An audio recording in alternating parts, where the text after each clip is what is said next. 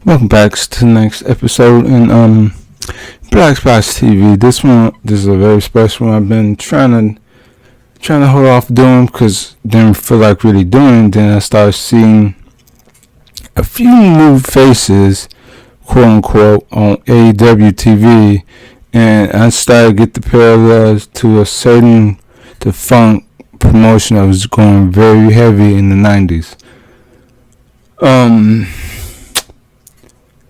I really gotta say, is AEW turning into a WCW 2.0?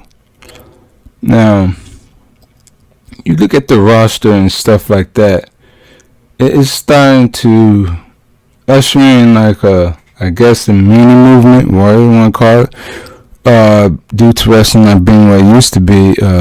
You got people now trying to make a war out of everything, and quite honestly, it's stupid. We're starting to see a lot more prominent names from past who used to have some kind of affiliation with WCW show up in AEW. Or Innocent, Tully Blanchard, recently Eric Bischoff, Alundra Blaze, or what I knew it as Medusa in WCW.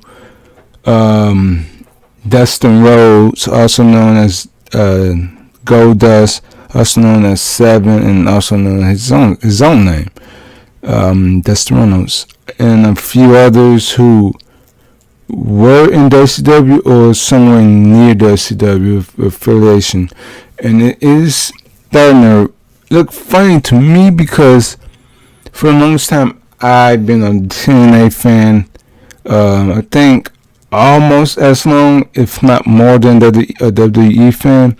And I'm starting to see many parallels to both WCW and both TNA, and I'm kind of honestly thinking all AEW is doing is masking their WCW-esque roster with new wrestlers, younger wrestlers, and stuff like that. And honestly, it really needs to stop because these AEW stands, they're not gonna call out and be honest like, hey guys, stop signing these old guys like that have some kind of affiliation with the old WCW or WWE, and they're just gonna keep hiring former WWE stars and all this stuff. Sorry about that. Whether it's Zack Ryder for 5 matches or 5 appearances, just the fact he's in the company, he's being paid. You got Cody there, how much people know how much I can't stand his style of wrestling. Dustin Reynolds, I'm really fine with him because he's one of the guys that pretty much don't say nothing, just do what you gotta do and get out the ring. Jericho, Sean Spears, and a few others on that list, and it's funny to me because people was mocking TNA for the longest time. Oh, stop signing WWE rejects, stop doing this, stop doing that. But right now, slowly and surely, you see AEW doing the same thing, but this time they're going much higher and farther.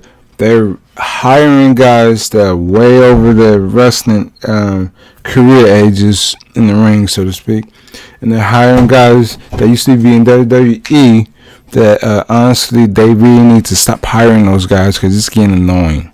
Like pretty much it's balls on annoying.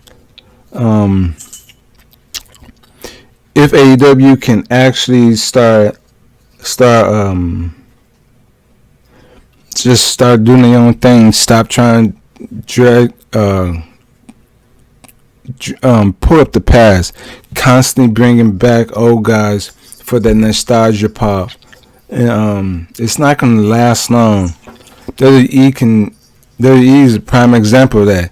You should not be bringing up the nostalgia act every single time. Sorry about that. I got some idiots cats in the background, but they shouldn't be bringing up the past all the time, because if you keep bringing up the nostalgia acts, they're going to overshadow the current wrestlers, which is WWE is suffering right now.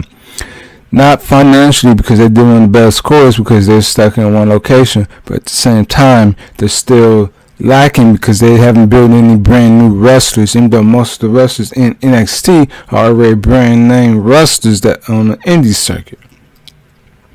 But time will see.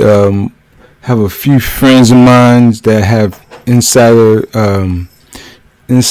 in AEW, WWE. They're telling me that right now the guys who were protecting AEW actually in TNT, they've been fired, and there's some new people in there that might not renew the AEW Dynamite's contract, because I think it's up this year. Yeah, I think it was like 1 year. I'm not sure about that. 1 year, maybe two. One of that. But we will see. This is just my speculation, just my rants and stuff like that. So this is BlastBoxx TV. Remember, just stay out of the blast radius. You might just get burned.